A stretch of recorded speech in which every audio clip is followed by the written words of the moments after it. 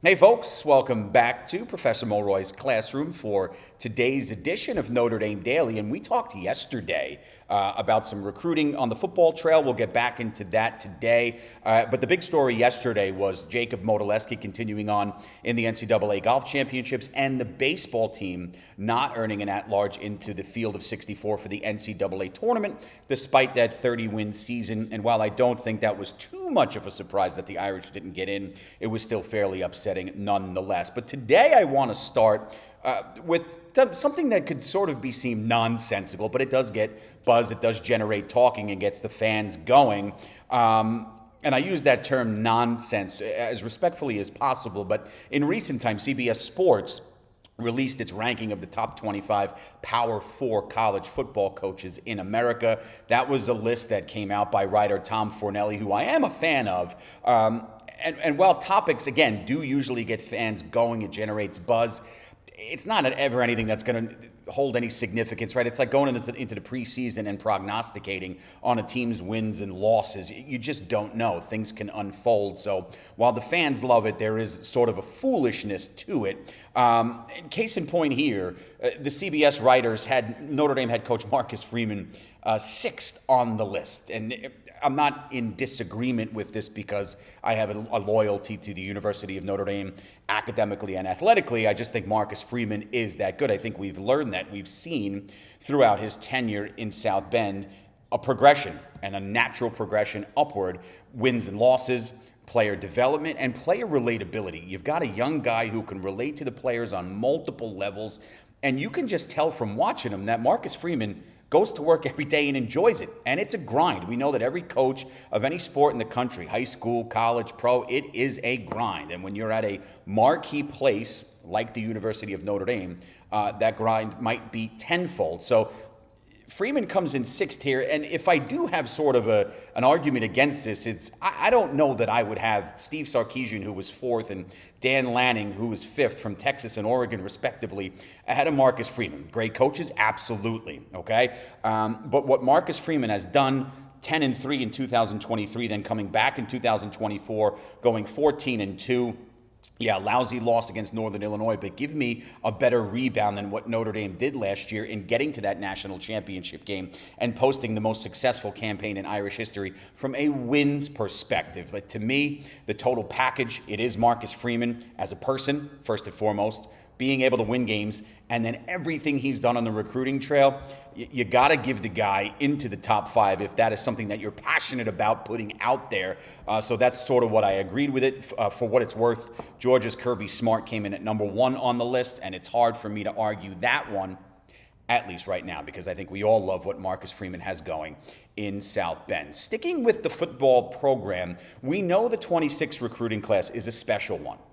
But now some reports have come out, and reading between the tea leaves, that this defensive line, specifically out on the edge, could become even more palpable and ferocious moving forward. I mentioned yesterday that you could stop the recruiting with the 26 class now and be great with it. It's depending on where you fall. I tend to lean toward 24/7 rivals. They have Notre Dame as the number 2 class right now. I agree with that. And it's no secret that it's off the charts, but when you are potentially able to add a player like Mikhail Blade from Chicago Simeon as your next weapon in this arsenal that's been created by Al Washington and Marcus Freeman, on a line that already includes the likes of Rodney Dunham, a 5-star, Ebenezer Iwatati, a 4-star, and defensive tackle Tiki Ola, who committed earlier this month. You've got 2 edges and a defensive tackle already in this class. If you go get the 6'4", 245-pounder Blade to add to this class, specifically this positional group,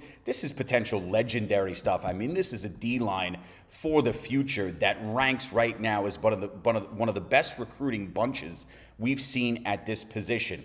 Now, Blade's got Notre Dame in his final 5 schools: Purdue, Michigan, Wisconsin, USC, the other 4. But interesting of note, because you try to pair guys that played well together in high school, Blade played alongside 2025 recruit and commit Chris Burgess while they were at Simeon, and you just sort of salivate at the idea of getting these two young men back on the playing field together.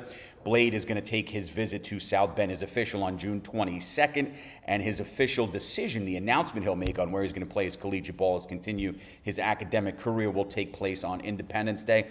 I love the idea of this. I love the recruitment involved in this, and I think for all the you-know-what Al Washington caught at the beginning of his tenure in South Bend, the man has done a phenomenal job in player development and recruiting. Marcus Freeman, obviously a huge part of that as the head coach, but I think you have to do the tip of the cap here for Coach Washington, who's done a great job already on this department.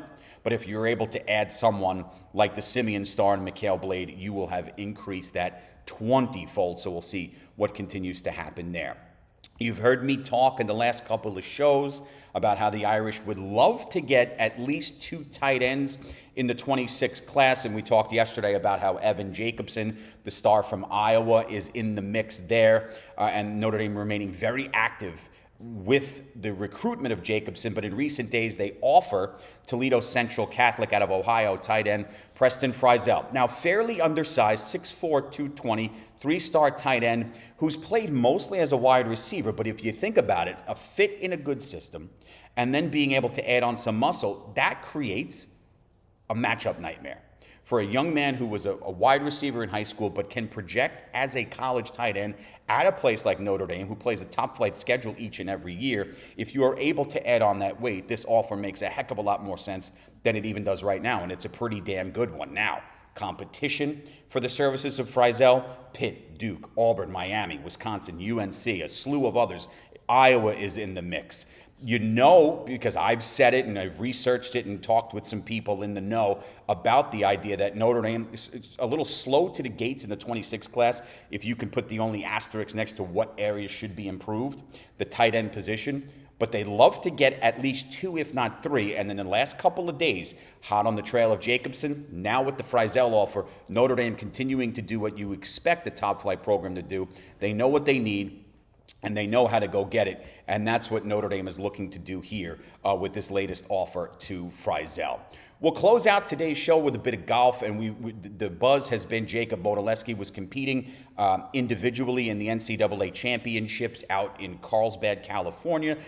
The individual tournament has come to a close, and while Modeleski was sort of in the running there, depending on how day 4 went for a top 10 finish, he does earn a top 25 mark after posting rounds of 70, 72, 75, and a final day even par 72. The 4-day score of +1 put him fairly comfortably inside the top 25, and it's an incredible feat when you take a look at the overall talent in the field. Michael Lasasso, the individual crown winner from Ole Miss, was outstanding across 4 rounds at a golf course that can eat you alive if you let it. The 8 teams that advanced to match play, Arizona State, Auburn, Florida, Oklahoma State, Oklahoma, UVA, Texas, and Ole Miss will continue their seasons in that match play format. But as far as the Irish are concerned, it's a great campaign from top to bottom for Modeleski, who earns that very coveted and hard to come by top 25 finish in the men's golf championship. So a great job, well done to Jacob and the men's program at Notre Dame for another successful campaign, and we'll see how the future continues to grow for Jacob and the Notre Dame men's program as a whole. That's a wrap for today. Tomorrow we'll get back into some football, how the recruiting classes for the Notre Dame men's basketball team continues to shake out, and we've got a little track and field on the menu as well. But for right now, hope you enjoy the rest of your day. Hope you had a great Memorial Day weekend. I'll see all of you tomorrow, and as always, go Irish.